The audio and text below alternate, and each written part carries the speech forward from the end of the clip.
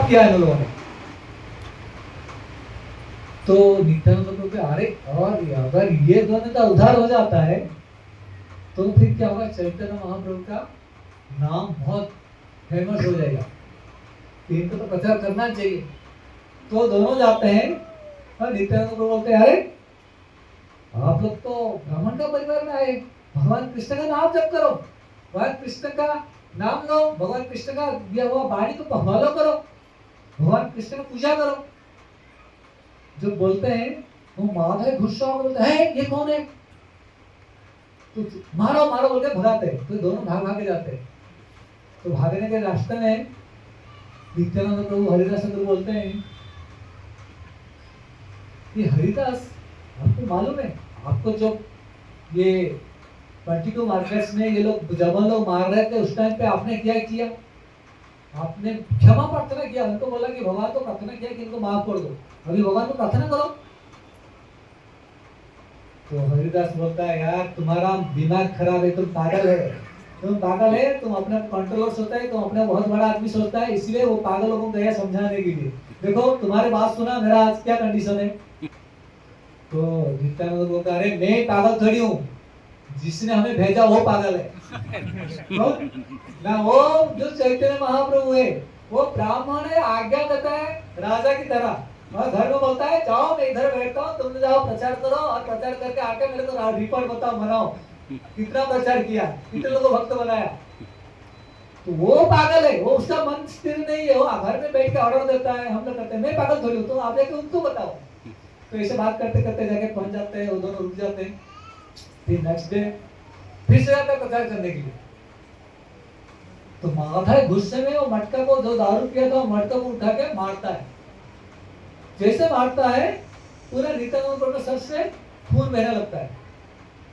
वो खून में पूरा नहा रखा, और उधर का कुछ लोग देखते हैं, भाग भाग के जाते हैं चैतन्य महाप्रभु के पास। चैतन्य महाप्रभु बताते हैं कि माधाई ने किसको मारा, नित्यानंद प्रभु को मारा। चैतन्य महाप्रभु गुस्से में आते हैं और आके क्या बोलते हैं, चक्र चक्र बोलते हैं, जैसे चक्र चक्र बोलते हैं, चक्र उनके हाथ में आ जाता है और चक्र छोड़ने के लिए तैयार है।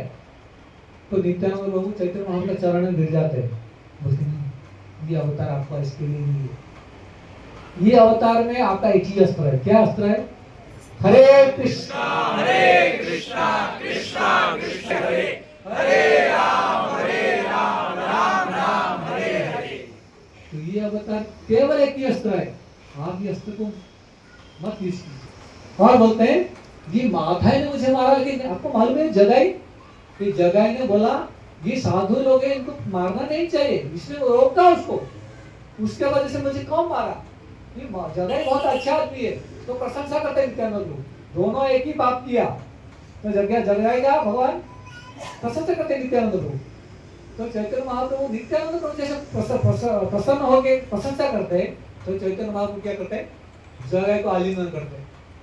तो भक्ति मार्ग में प्रगति करने के लिए हमें भक्तों का रिकमेंडेशन लगता है, क्योंकि भक्ति मार्ग में अपना सुकृति के द्वारा भक्ति करना बहुत डिफिकल्ट है। हमारा साधना सुधा नहीं है। कितने लोग अच्छा लगता है दिन में 64 माला करना, हाथ उठाइए, मेरे को नहीं लगा अच्छा लगता है। कितने लोग अच्छा लगता है घंटा घंटा भागवतों के साथ बैठने के लिए, किसको अच्छा लगता है भगवान का विग्रह का सेवा करने के लिए। साधना सुधा नहीं है, हमें क्या चाहिए, साध्य चाहिए, भगवान चाहिए, मुझे साधना नहीं करना चाहते हम। क्योंकि साधना को परफेक्ट करने के लिए हमें क्या कौन चाहिए, नित्यानंद प्रभु का कृपा चाहिए, कि मिलकर कोई भक्त का कृपा चाहिए, इसलिए हमें रिकमेंडेशन चाहिए। रामानुजाचार्य का एक शिष्य थी, शिष्य नहीं, रामानुजाचार्य का जो आश्रम था श्रीरंगम में, सब सन्यासी लोग रहते थे, उनका 700 सन्यासी थे, और दीक्षा करने के लिए और 74 सन्यासी थे। टोटल 774 सन्यासी को दीक्षा दिया था रामानुजाचार्य, और उनका अंडर कितना शिष्य रहेंगे छोड़ दो। और उस टाइम पे क्या होता है, ये लेडी थी, वो डेली आके छाछ देती थी आश्रम में, और आश्रम में सन्यासी जो मैनेजर पूछता था, आपका लक्ष्मी नहीं, मुझे लक्ष्मी नहीं चाहिए, डेली लक्ष्मी नहीं चाहिए। ऐसे बहुत सारा सेवा करने के बाद वो आके बोलती है, मुझे ना इतने दिन सेवा किया ना छाछ का, मुझे थोड़ा उसका पेमेंट चाहिए।